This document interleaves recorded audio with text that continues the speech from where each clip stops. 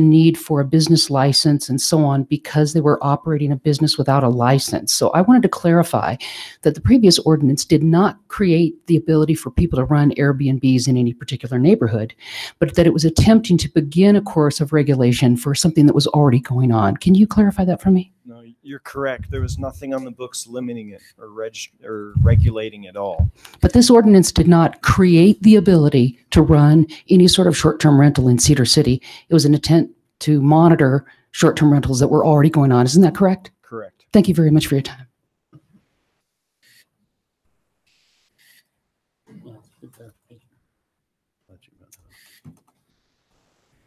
City Council, my name is Denise Beecham. I want you to know I've been running an Airbnb in my home, and it has been such a great opportunity for me and my family to share the culture of Cedar City, to have these people come in our home, to share our experiences with them and to learn from them. It's been a wonderful experience for me. I have kids. Those scare tactics are not. I would not bring in somebody who I thought was dangerous to my kids. This has been a wonderful experience and one that has enriched our lives greatly. I would ask you as a council to please respect and honor and hold my rights to use my home in a way that I feel is in the best interest of my family, and to hold those rights for me. I am a good neighbor. I will reiterate what I said last time. All of my neighbors know I do Airbnb, not because there's problems, not because there's a line of cars, but because I've told them. I want them to be comfortable. I want them to look out for me like I look out for them. I do believe this came to you because of one situation, that it didn't have to be a city council thing, that this could have been resolved by neighbors. Thank you. Thanks.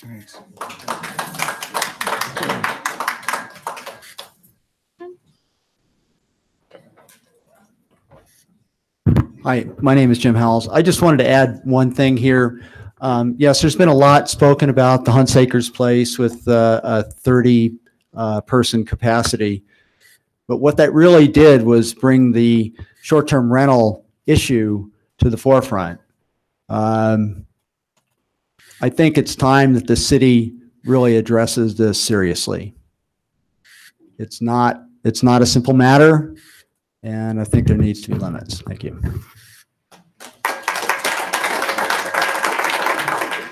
Okay, we're gonna see if there's anything kind of new that hasn't been stated.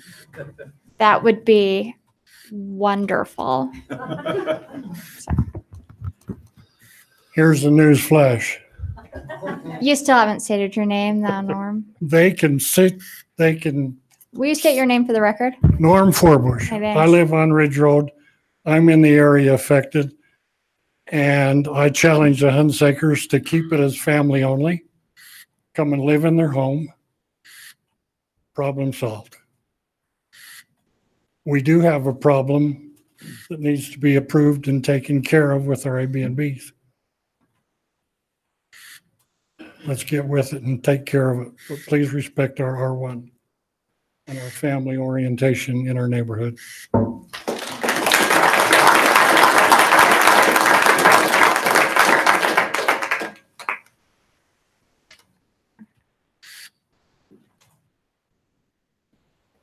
Jay Chapman. I live on 1850 West. A lot of, well, as the old adage goes, this is a fine kettle of worms we got here. It seems that the ordinance probably needs to be reviewed, and by the sounds of the number of people here speaking to maintaining the integrity of the R1 zone is quite impressive. Concern I have, and this just isn't the Hunsaker home on Ridge Road. You said, we were informed that there were 27 Airbnbs in R1s throughout the city. How many of those people made an investment of purchasing a home or remodeling or making some kind of alteration and financial output based on the ruling that was made here in May. How are they going to be made whole if it is changed? So again, let's reiterate that in May, it did not create the ability to have we already had Airbnbs long before May happened. In May, all we did was try to start figuring out who was operating these Airbnbs by having a business license and that. So it did not all of a sudden create the ability for everyone to go start operating Airbnbs. Understood. It just merely made it so that we could, as the hotels have to pay their taxes when they do that the Airbnbs have to follow the same type of rules and make sure they have the same paperwork with the state and everything else. So it didn't create anything that wasn't already in existence. Okay, thank you.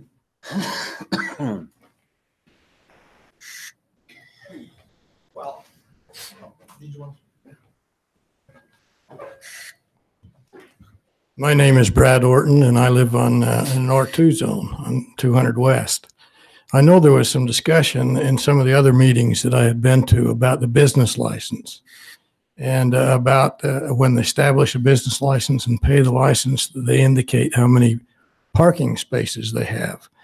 I don't know if that was ever put into effect or not, but all I would like to do today is urge the council to make sure that if this expands to R2 zones, which it will, that the parking be considered, that if they're going to have these bed and breakfasts, they also have enough parking spaces to take care of the number of occupants that they have, in the parking, in their bed and breakfast. Thank you very much. Thank you. I would just like to say, Brad, that they're already in R2 zones, and they're in R3 zones, and they're in R3M zones. They're everywhere in our community already. Hundreds. Amen. I think we all forget what Cedar Could you City state is. your name again? Judy Higbee. Thank you. I live on 200 West, and I'm a former innkeeper. Why we're all wanting to live in this beautiful place. And we are a tourist town, and our tax dollars town move. And I appreciate that so much. But I also think that when I opened my bed and breakfast, number one thing I had to do was to get a business license. And I also had a person from the city come and inspect my property to see if there was adequate parking for the number of guests that I was going to provide services for. This was in 2003. So this is not new in Cedar City. It's been happening. I just hope that we can continue to greet our tourists and our visitors to make Cedar City the town that it is and continue to be welcoming. That's why people want to come, why they want to live here. And I think we need to include the whole city in that whole decision on how we approach the lodging of our visitors. I really think this would make a difference. If we change that, we change Cedar City. I also lived in California for 26 years. Please don't over-regulate this beautiful place. Thank you.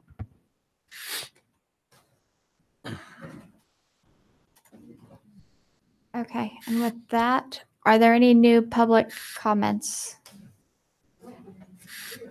Just a question. May I ask a question? Let this gentleman go and then you can. Yeah, I just have a question too. My name is Bruce Green. I live in Mesa Hills subdivision. And my question is, instead of going and trying to collect taxes, weren't those people who started Airbnbs in violation of the R1 zoning ordinance to begin with?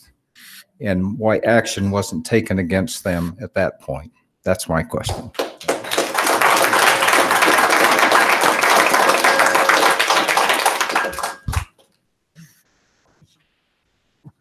Hi, I'm Jim Howells. I just have a question. If short-term rentals were not allowed in in an R1 zone, it would still be possible to get a variance to allow that.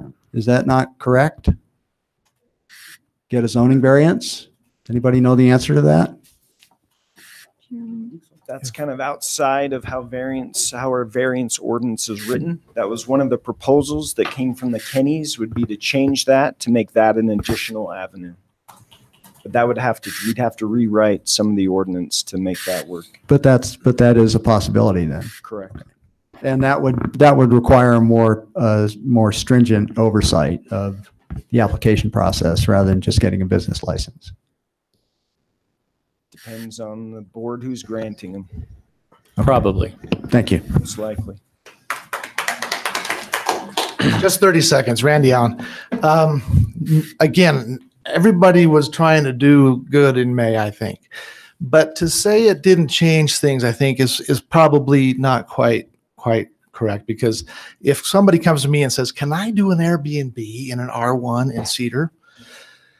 And I've now got an ordinance that explicitly allows it, I say absolutely. Before, it wasn't that case. And so I think we all just need to look forward. It doesn't matter what happened in the past. Nobody was at fault for any bad acts or anything. Everybody's just trying to deal with this new phenomenon, but we've got to get it back into balance. Thank you.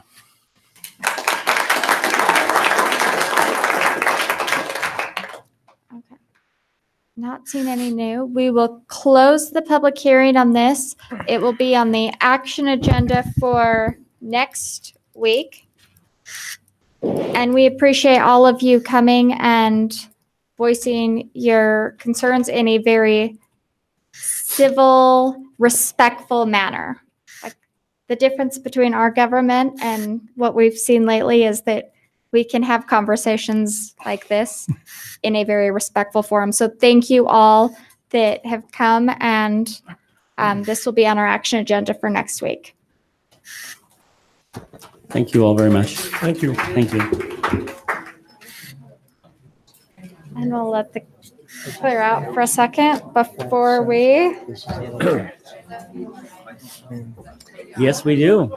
The fun just continues.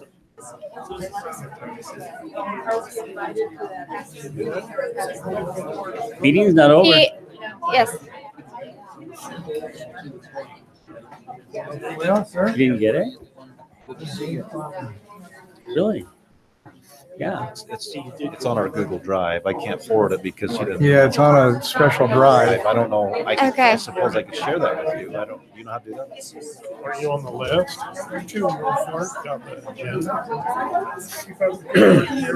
sir. We always give it a Okay, try. we will start with our staff portion.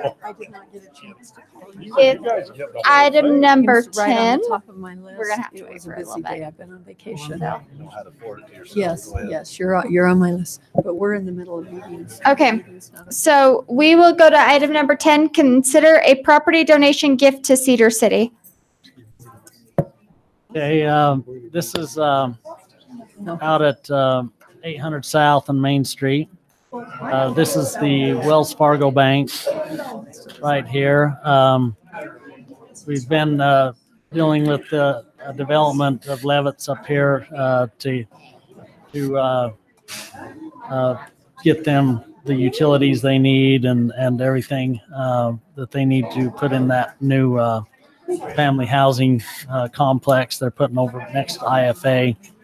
And one of the things we needed was an easement through this property that's currently owned by Wells Fargo. And we talked to Wells Fargo about an easement on that a couple times, and I think Terry got involved with it, and Wells Fargo has offered us that they would just donate the property to the city, that it wouldn't be an easement, that it would be a piece of city property. This is Maple Street right here, and right now it's not developed to its full width. Can we hold off for a minute? I can't hear. Shut the doors. I guess we can't. We can't shut the door. People to move in. Darren, could you do some crowd control? Could you folks be quiet out in the hallway? We're still in meeting. Can you hear me? Hush up. Got a big parking garage. Thank you. Sure, the guy with the gun does it now, listen. That's why he's. Oh, yeah, that'll teach her. Pull his gun or taser. All right, you're good to keep going. Okay. Anyhow, Wells Fargo has offered to donate the city this small piece of property out on Maple Street and just south of Wells Fargo Bank. It's a benefit to the city because it'll allow us to fully improve Maple Street when it's developed on the south side. And it also gives room for a 20-foot utility easement to serve the properties to the east with additional utilities. So I don't see any reason why we wouldn't accept. Yeah, I was taught never to look a gift horse in the mouth. I don't understand that there would be any reason why we wouldn't do this. All right. Yeah, I think it's great. I think we should proceed ahead with it. And All right. Are there thank any, Wells Thanks to Fargo. Wells Fargo. any other comments, questions? We're good with this going on consent? Yep. Yep. All right. Item Hey, number can I just ask one question? When the drying come out and it doesn't go clear to the street, we are talking about clear to the street, right? Harry doesn't want to be in charge of those weeds. Yeah, I am not going to maintain that anymore. I basically drew this exactly based on what the county ownership map showed. So there is a gap of city property between here and the street. That property didn't go clear to the street. But it'll all be ours. Okay. So That's what I wondered, if the street would come out there just a little bit further. The street would come out Okay. further. Just wanted to clarify that. Thank you. So you've been maintaining city property. Thank you. That's what I. I would expect to be compensated fairly for that then. You'll get a big thank you for that. So. It'll be a Christmas party. That's Okay. Okay, item number 11, consider a call-out list of consultants for the city material testing contract. Okay, you have in your packets the results of the bids that we sent out for our consultant to do our materials testing. We do this every 2 years, and we send it out, and they do all sorts of materials testing for us. They'll do materials testing on the new animal shelter, on roads that we put in, anything that we put in. We'll call when we need testing, we can call them out to do the testing at the unit prices they quoted us. The low bid on this go around as far as material testing, and was the same bid results as last time, was Gem Engineering. Watson Engineering was the second low bidder on that, and there's times that we actually use both testers. When we did the Coal Creek project, we had, because it's federal money, we had to do quality control as well as quality insurance. So one tester did the quality control while the other tester did quality assurance. And there's also situations where we may not be able to get the low bid tester out to do a project. And in that case, we can automatically go to the second low bidder to have them do our testing for us. So, Can you tell me why there was such a huge difference in the bids? Is it just the nature? Because there was I'm a not big sure. difference. There was a huge difference in the bids, but Yeah. I'm not sure we're getting any less quality with the Okay, that's that Watson guy. He's kind of, All right, are we good with this on consent? yes. All right, item number 12, consider a resolution reallocating parks wrap money and impact fees to trails and renovation at Bicentennial Fields.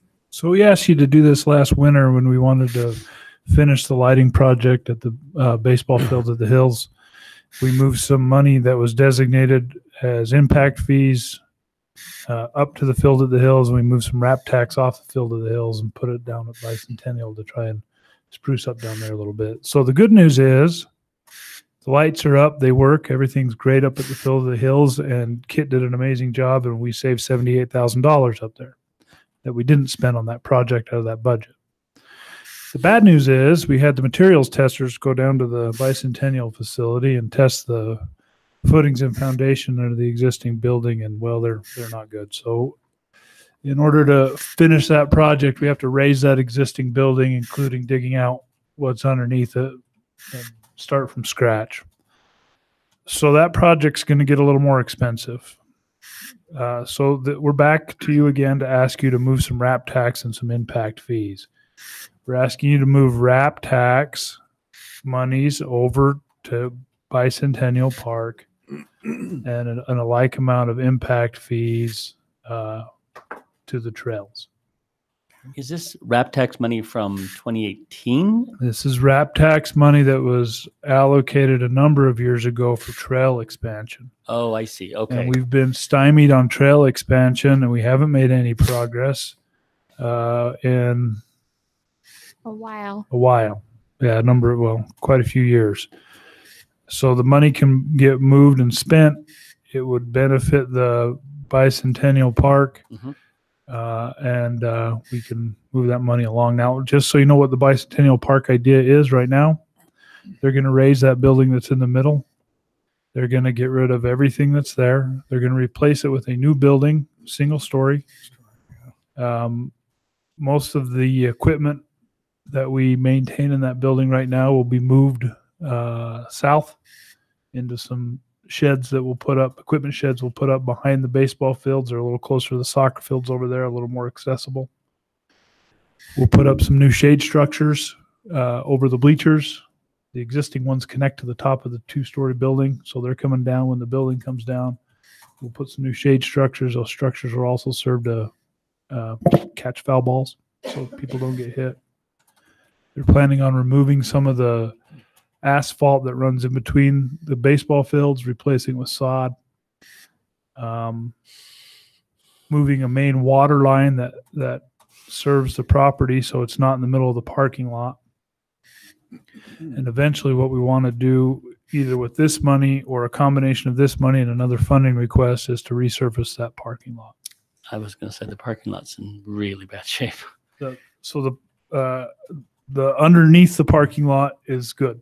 The top has some cracking and alligatoring. If the base is good, Kit, can we do similar to what we did at Lynn's to save? That's what the plan That's what is. we're proposing.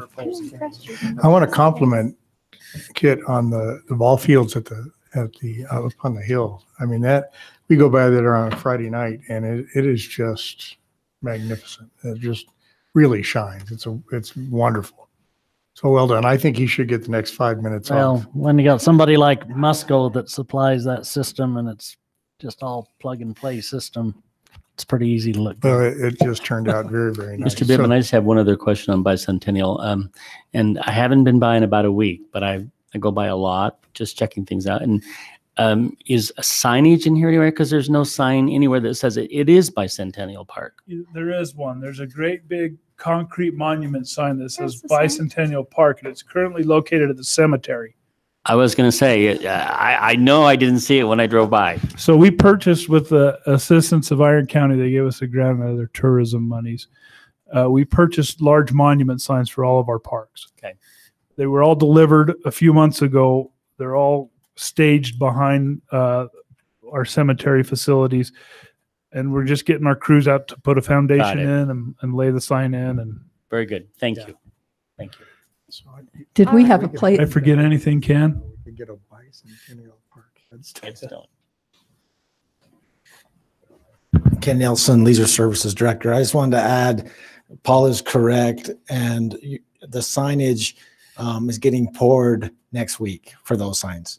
Blue Stakes has done their work, and so that, along with the trail signage, is almost complete, thank goodness. So that's where we are with that. He is correct in all the building issues, and we've come up with a great solution. I think if this money is adjusted, I think it's beneficial for everyone involved. Great. Hey, I don't know if you want to answer that or Paul does.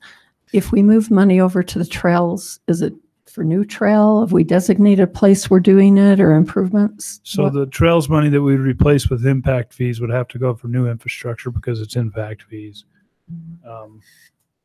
as far as But we don't have a section we've designated Well, for right now. currently we're spending some of those trail monies and impact fees. Kit's buying some bridges.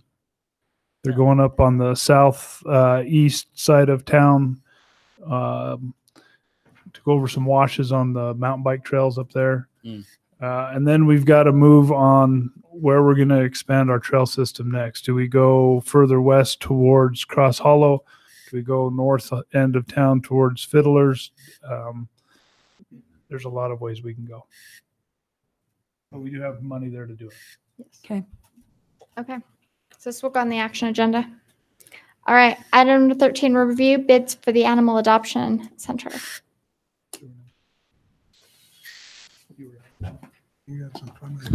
Good evening, Mayor, Just keep Council, on and giving. staff. Darren Adams with the Police Department. I've got Lieutenant Millett here with me. If he'll come up and join me. He's been doing remarkable work on facilitating all this. Also present tonight is Garrett with CRSA and Spencer with Grass Creek, who is the current low bidder. Did you get a chance to read that write-up in the packet? So as you can see, the low bid currently is $1,550,387 with Grass Creek, which does exceed the desired budget and the CIB loan amount of 1.2. And so obviously in these situations, we would come in and recommend the low bidder, but we understand we are above budget. And I've given some solutions there. I know that Paul has spoken with Candace with CIB about the possibility of seeking additional funding from CIB, which is positive. I know our fundraising efforts, Mr. Phillips, have not gone as quickly as we would have hoped. And part of that is having that visible, having the structure start to go up and having that visible, and then engage in some robust efforts. That could, pay dividends to us. And so I stand before you tonight, maybe to engage in some dialogue and get some feedback on which direction you would like to see us go, knowing that we do need a new facility and we need it quickly. So I don't know if you have any questions, comments, concerns. Just Grass Creek Construction, I've never heard of them. Where are they from? Are they here? Yes, they're here. Spencer, do you want to come and just give a quick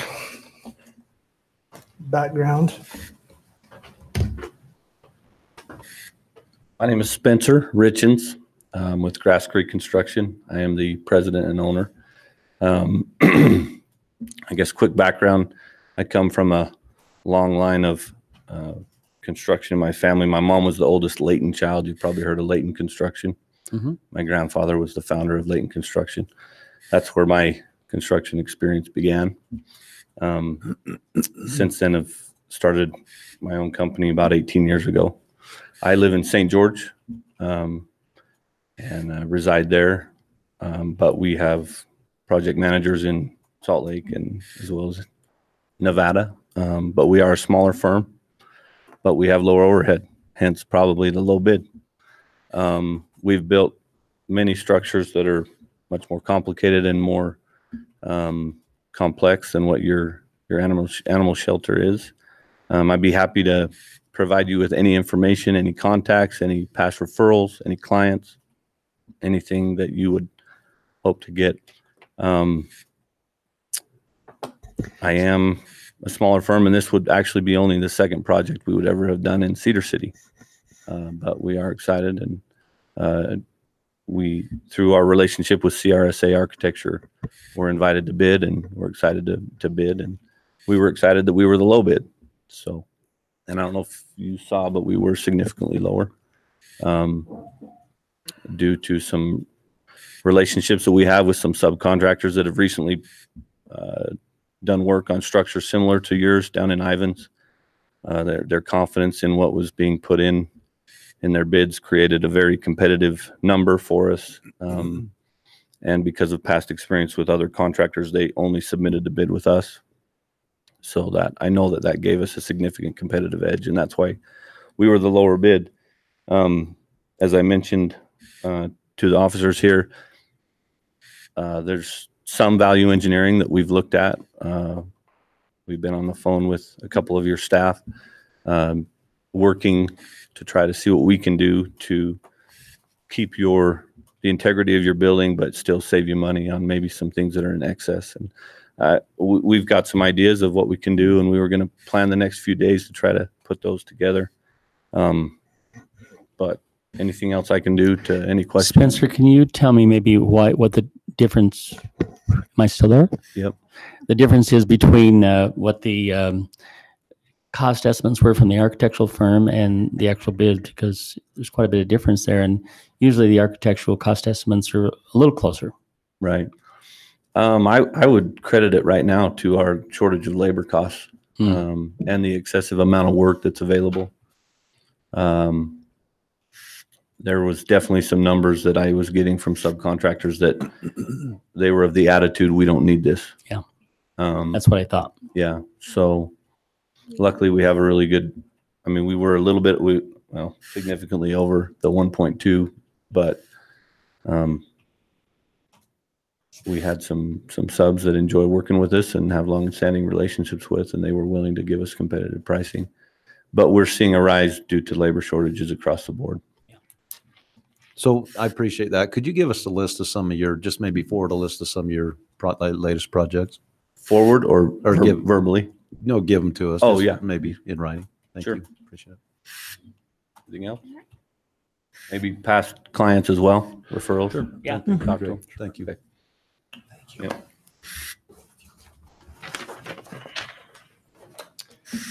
Darren Adams with the Police Department again. So we will sit down with Spencer and see what more value engineering we can come up with, and that may change this number that we could possibly get to you this week before you meet again next week, if that's something you'd like to proceed with.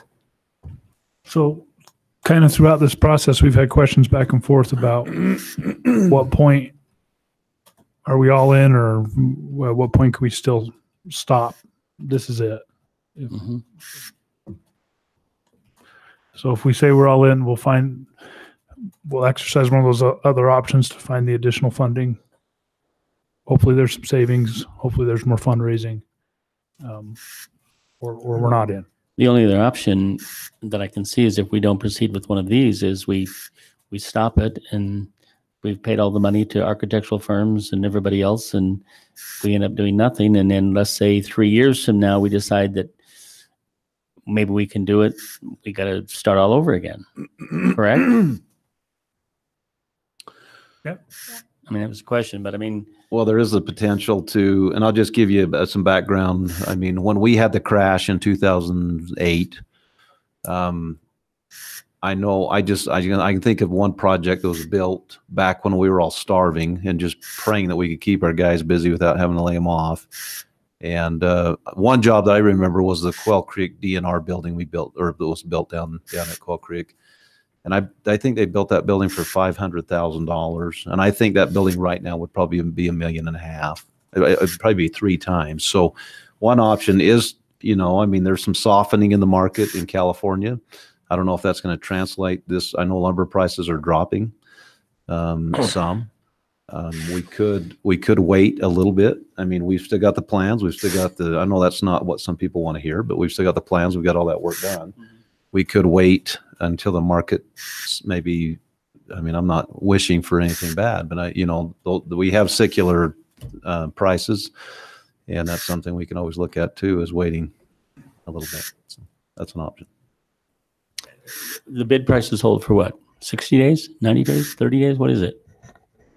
Kit? 30 days, typically. Yeah. Okay. Well, that's not much. Yeah, and I mean we've done what we can with what we have. There's issues out there with repairs that are repetitive monthly assigned bills, and things that are failing. And so, yeah, I think we could. I just wouldn't want to push that out very long at all. And I don't know if the market's going to change or those prices will drop in 30 days or even 60 days. It's not going to happen that fast. Yeah. And we do have the thing of we have already had donations come in. Right. We'd have to either refund those, or we'd have to write all the donors and say this is on hold or whatever. I mean, I'm not advocating that. I'm just not sure how we come up with the additional $300,000. How much have we raised so far? A little over 10,000, isn't it? Right. Okay. So the financing, they're okay with the higher valuation, and Because is that gonna secure the debt? CIB. So CIB has a couple of thoughts that they relayed to me. One is they're not going to issue any loan unless there's enough money there to do the whole project. Okay. So they're not going to loan you money if you can't buy the building, right? Sure. So that doesn't Sure, make that makes sense to them. Yeah. But CIB also has a large pool of money that they loan out. And they do accept requests for supplemental financing. Now that we have a firm bid in hand, we can go back to them and say, okay, our estimate was 1.2. Our firm bid is 1.55 or whatever it is. So that would be an option that we could look at. CIB has some time restraints that they work in. The quickest we can get back to them and ask for supplemental funding would be the first part of October. The other option is we look to our capital reserve funds. Now we could use a combination of CIB and capital reserve funds. We can have the capital reserve funds kind of get things moving.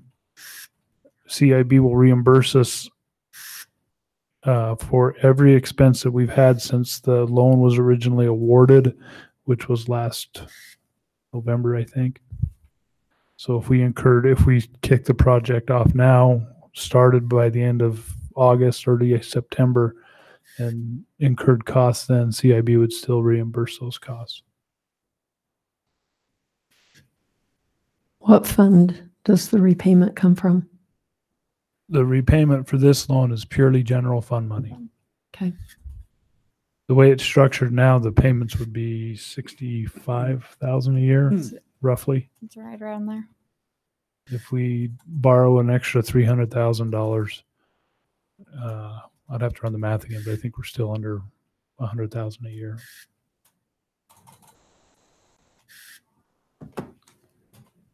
So we'll put this on the action agenda for next week.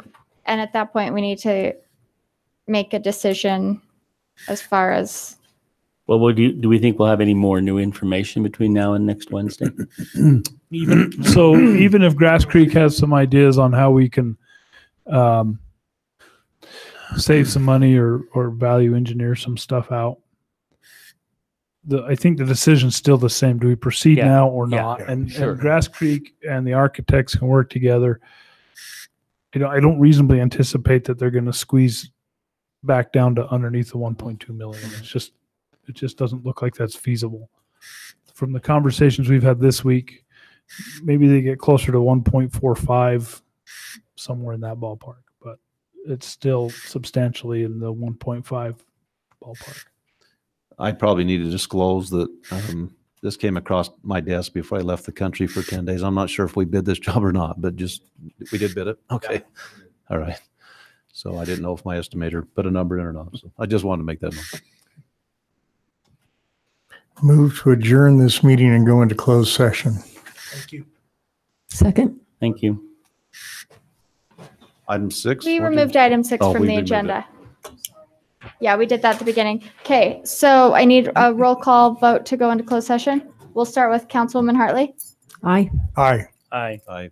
Aye. Thank you.